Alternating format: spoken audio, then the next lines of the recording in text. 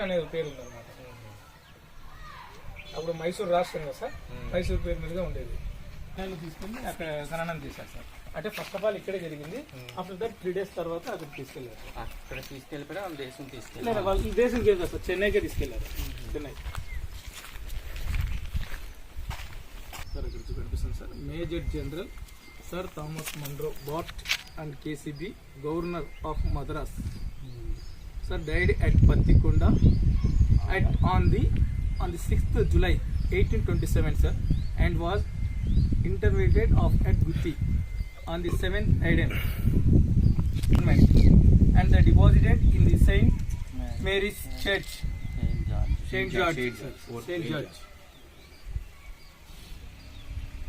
కింద కూడా ఏదో ఆర్ట్ చేసిన వ్యక్తి. అసలు ఈ స్టోన్స్ కూడా సార్, ఈ స్టోన్స్ కూడా మనకి ఇక్కడ చాలా ఉన్నాయి సార్.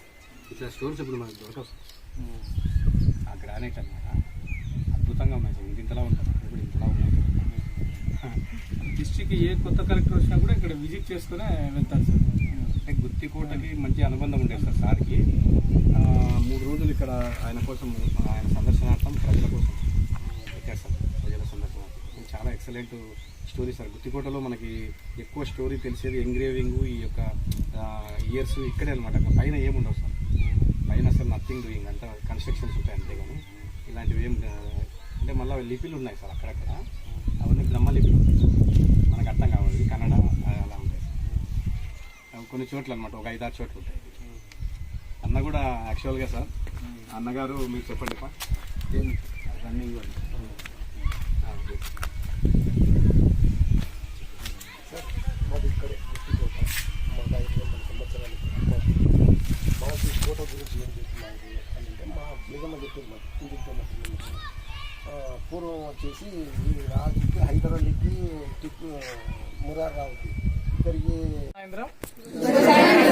అదేవిధంగా ఈ కార్యక్రమానికి గౌరవ అతిథిగా విచ్చేసినటువంటి గౌరవనీయులు పెద్దలు మన సివిల్ జడ్జ్ అయినటువంటి విశ్వనాథ్ సార్ గారికి నమస్కారాలు సార్.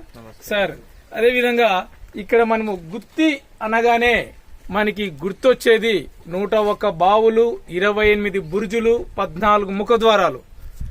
మీరు గుత్తి అంటేనే, మీరు ఏదైనా మీ ఊర్లోకి, బంధువుల ఊర్లోకి వెళ్ళండి, మాది గుత్తి అంటేనే మీ గుత్తిలో కోట ఉంది అని చెప్తారు. మీకు వెంటనే ఏం థాట్ వస్తుందంటే 101 బావులు ఉన్నాయని చెప్తారు. ఓకేనా? సో మీరు అందుకనే ఈ చరిత్ర అనేది చాలా స్వచ్ఛమైనటువంటిది. అదేవిధంగా దీంట్లో ఎటువంటి ఫేక్ అనేది ఉండదు అనమాట. శాస్త్రీయమైనది, ఎటువంటి ఫేక్ అబద్ధం ఉండదు. చరిత్ర అంటే కంపల్సరీగా అది జరిగింటేనే మనం చెప్తాం, జరగకుంటే అస్సలకే చెప్పకూడదు. సో కాబట్టి ఈ యొక్క గుత్తి అనేది ఆధునిక నామం, అంటే మోడర్న్ నేమ్. కాబట్టి దీని పూర్వనామం వచ్చేసి గౌతమపురి, నాట్ గుత్తి. ఇది గుత్తి కాదు. మనము ఈ యొక్క రాను రాను దీన్ని ఏం చేస్తున్నామంటే గుత్తిగా మనం పిలుస్తున్నాం. ఆ గుత్తి అనేది ఎందుకు పిలుస్తున్నాం అనేది తర్వాత చెప్తాను. ఫస్ట్ గౌతమపురి అనేటువంటి పేరు ఎలా వచ్చిందంటే, ఇక్కడ ఈ యొక్క గుత్తి పరిసర ప్రాంతాలకు, అదేవిధంగా గుత్తికి కూడా క్రీస్తు శకం చరిత్రే కాదు, క్రీస్తు పూర్వం చరిత్ర కూడా ఉందని మనకి చరిత్ర చెప్తా ఉందన్నమాట. సో వాటికి మనకి నిదర్శనమే అశోకుని శిలాశాసనాలు. ఇక్కడ గుత్తి నుంచి పత్తికొండ రోడ్డు వెళ్లేటువంటి రహదారిలో, జాతీయ రహదారి పక్కనే ఉన్నటువంటి అశోకుని యొక్క శిలా శాసనాలే మనకి నిదర్శనం అని చెప్పొచ్చు. గౌతంపురి అనేటువంటిది పేరు ఎలా వచ్చిందంటే, అక్కడ గౌతమ్ మహర్షి కళింగవార్ క్రీస్తు పూర్వం 261వ సంవత్సరంలో కళింగ యుద్ధం జరిగిన తర్వాత ఆయన శాంతి దూతగా, ఎవరాయన అశోకుడు శాంతి దూతగా పర్యటిస్తున్న సమయంలోనే ఆయన బ్రహ్మలిపి ప్రాకృత భాషలో ఆయన అశోకుని యొక్క శిలాశాసనాలు చెక్కడం జరిగింది.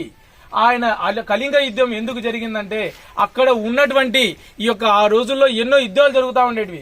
ఆ యుద్ధాలు ఇక విరమించుకోవాలా, మనకి వద్దు యుద్ధాలు అంటే, ఎంతో మంది ఆ యుద్ధం జరిగేటప్పుడు ఈ యొక్క సైనికులే మరణిస్తారు గాని రాజు, మంత్రులు, వాళ్ళ కుటుంబ సభ్యులు ఎవరు కూడా మరణించరు. అక్కడ దెబ్బతినేది, మరణించేది ఎవరంటే సైనికుల యొక్క కుటుంబ సభ్యులే.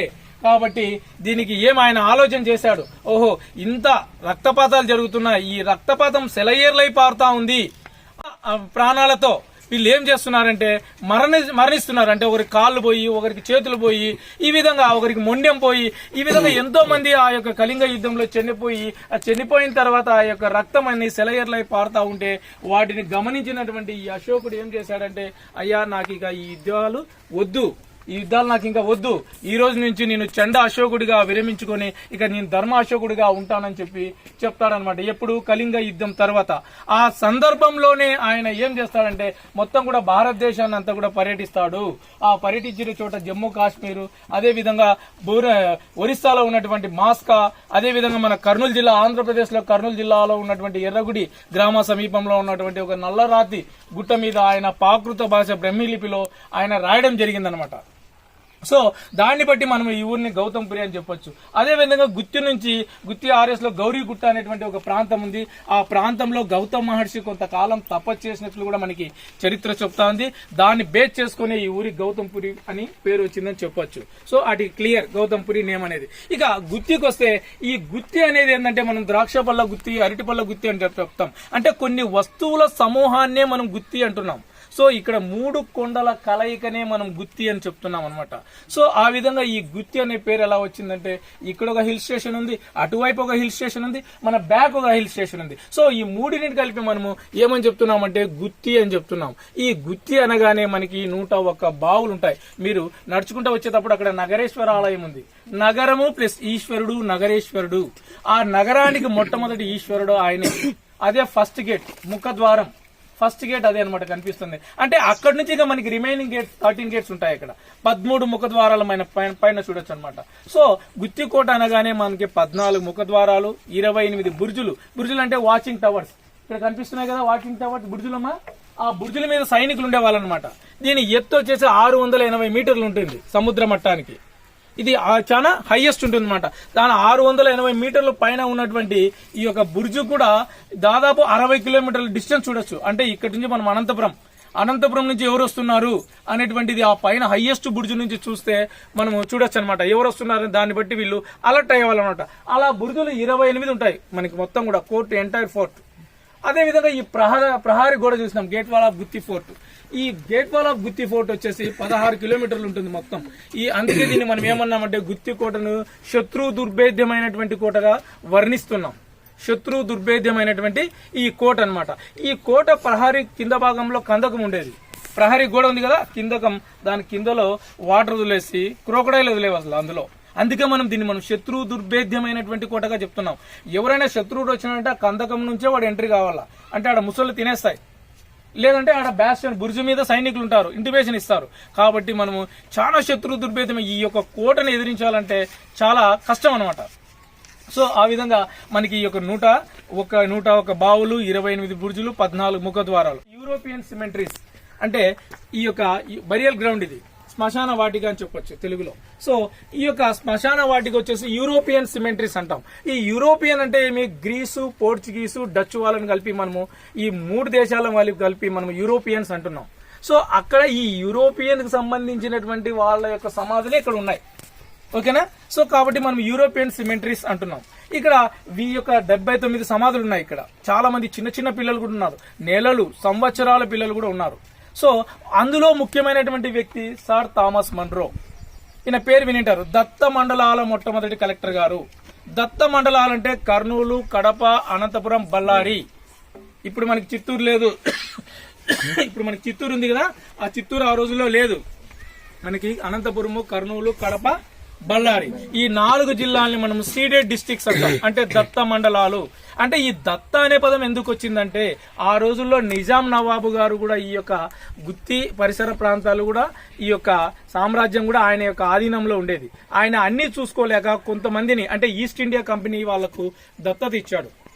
అంటే దత్తత ఇవ్వడం అంటే వీళ్ళు అడిగారు, సార్ మాకు ఇక్కడ మేము వర్క్ చేస్తున్నాము, మేము పని చేస్తున్నాం, మాకు కొన్ని ఎక్స్పెండిచర్స్ ఉంటాయి, అది మీరు ఎలా అంటే మీరు వాళ్ళు కొన్ని సమ్ ఫండ్స్ ఇచ్చేవాళ్ళు అనమాట. అంటే దాన్ని మనం దత్తత అని చెప్తున్నాం. ఆ దత్తత నుంచి వచ్చినదే దత్త మండలాలు అన్నమాట.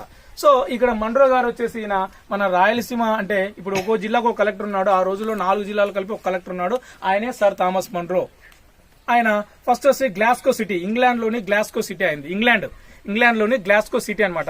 అది 1761 సంవత్సరం మే 27 ఆయన జన్మిస్తాడనమాట. జన్మించిన తర్వాత ఆయన సబ్జెక్ట్ ఏదంటే ఆయన పరిపాలనం అంటే అడ్మినిస్ట్రేషన్, పరిపాలన అధికారి అనమాట. ఆయన కలెక్టర్ గా పనిచేశాడు. ఫస్ట్ మద్రాస్ గవర్నమెంట్ మనకి ఆంధ్రప్రదేశ్ విడిపోక ముందు బిఫోర్ మనకి మద్రాస్ గవర్నమెంటే ఉండేది. సో ఆ మద్రాస్ గవర్నమెంట్ గవర్నర్ జనరల్ గా పనిచేశాడు. ఫస్ట్ ఆయన గవర్నర్ జనరల్ గా పనిచేస్తూ ప్రిన్సిపల్ కలెక్టర్ గా ఎన్నో అడ్మినిస్ట్రేషన్ యొక్క ఆయన పదవులను చేపట్టడం జరిగిందనమాట. ఆయన లాస్ట్ ఆఖరికి మన యొక్క రాయలసీమ ప్రాంతానికి కలెక్టర్ గా నియమింపబడి ఆయన ఎన్నో సేవా కార్యక్రమాలు, ముఖ్యమైన ఆయన యొక్క జీవితంలో ముఖ్యమైనటువంటి ఘట్టం ఏదంటే రెవెన్యూ రైతు వారి పద్ధతి, అంటే రెవెన్యూ రైతు వారి సిస్టమ్. ఆ సిస్టమ్ ఏందంటే ఆ రోజుల్లో మనం వ్యవసాయం మీదనే ఆధారపడేవాళ్ళం. మన పూర్వీకులంతా కూడా రైతులే. ఇప్పుడు మీ నాన్న ముత్తాతలంతా కూడా ఫోర్ ఫాదర్స్ అంతా కూడా ఫార్మర్సే. కాబట్టి ఆ ఫార్మర్స్ నుంచి కుటుంబం నుంచి వచ్చిన వాళ్ళు ఈ రోజుల్లో మనకి ఉద్యోగాలు వచ్చాయి. అంతకుముందు అంతా కూడా ఫార్మర్సే. కాబట్టి ఆ యొక్క ఖాళీ భూమిని ఏ రైతు అయితే సాగు చేసుకుంటాడో అతని పేరు మీదుగా మాత్రమే పట్టాదారు పాసు పుస్తకాన్ని ఫార్వర్డ్ చేయడం, that is noun as revenue రైతు వారి సిస్టమ్. దాన్నే మనం రెవెన్యూ రైతు వారి పద్ధతి అని చెప్తున్నాం. ఆ యొక్క పద్ధతిని కనిపెట్టినటువంటి వ్యక్తే గౌరవనీయులు సర్ థామస్ మన్రో గారు అని చెప్పొచ్చు అనమాట. సో శకం 700 శతాబ్దంలో ఈ యొక్క గుత్తికోటని నిర్మించినటువంటి వారిలో మొట్టమొదటి వారు బాదామి చాళుక్యులు. బాదామి అనేది ఒక నగరం, బాగల్కోట్ డిస్టిక్, కర్ణాటక. ఈ బాగల్కోట్ డిస్టిక్ లో ఉన్నటువంటి బాదామిని వాళ్ళు రాజధాని చేసుకుని పరిపాలించినందువల్ల వాళ్ళు మళ్ళీ వలస వస్తారు ఆంధ్రప్రదేశ్ కి. 500 ADలో వస్తారు. క్రీస్తు శకం 500లో ఆంధ్రప్రదేశ్ కు వస్తారు. 600కి మన గుత్తి ఫోర్ట్కి వస్తారు. వాళ్ళు ఈ గుత్తి ఫోర్ట్ ని 700 శతాబ్దంలో 700 ADలో దీన్ని బిల్డ్ చేస్తారు. దీన్ని బిల్డ్ చేసిన తర్వాత దీన్ని దాదాపు 14 రాజవంశాలు వచ్చాయి గుత్తికోటకు. ఫస్ట్ మొట్టమొదటిసారి వచ్చిన వాళ్ళే బాదామి చాళుక్యులు. రెడ్డి రాజులు, మౌర్యులు, శాతవాహనులు, ఇక్షకులు, ఇలా బహమనీ సుల్తాన్స్, నిజాం నవాబ్స్, ఇలా 14 మురారీరావు గోర్పడే, ఇలా ఎంతో మంది కూడా ఈ యొక్క 14 రాజవంశాలు. ఇది ఒక రాజు అనేటువంటి వాడు స్టేషనరీగా పరిపాలన చేయలేదు. 14 రాజవంశాలు వచ్చాయి. గుత్తికోట అనేది ఒక శత్రు దుర్భేద్యమైనటువంటి కోట. ఇక్కడ ఎవరైనా ఒక రాజు నివాసం ఉన్నారంటే ఎవరికి తెలియదు. శత్రు దుర్భేదమైంది కాబట్టి ఈ యొక్క స్థావరాన్ని ఆ రోజుల్లో ఆశ్రయించినట్లు మనకి చరిత్రకారులు చెప్తున్నారని మీ అందరికీ కూడా నేను తెలియజేస్తున్నాను. థ్యాంక్ యూ, ధన్యవాదాలు.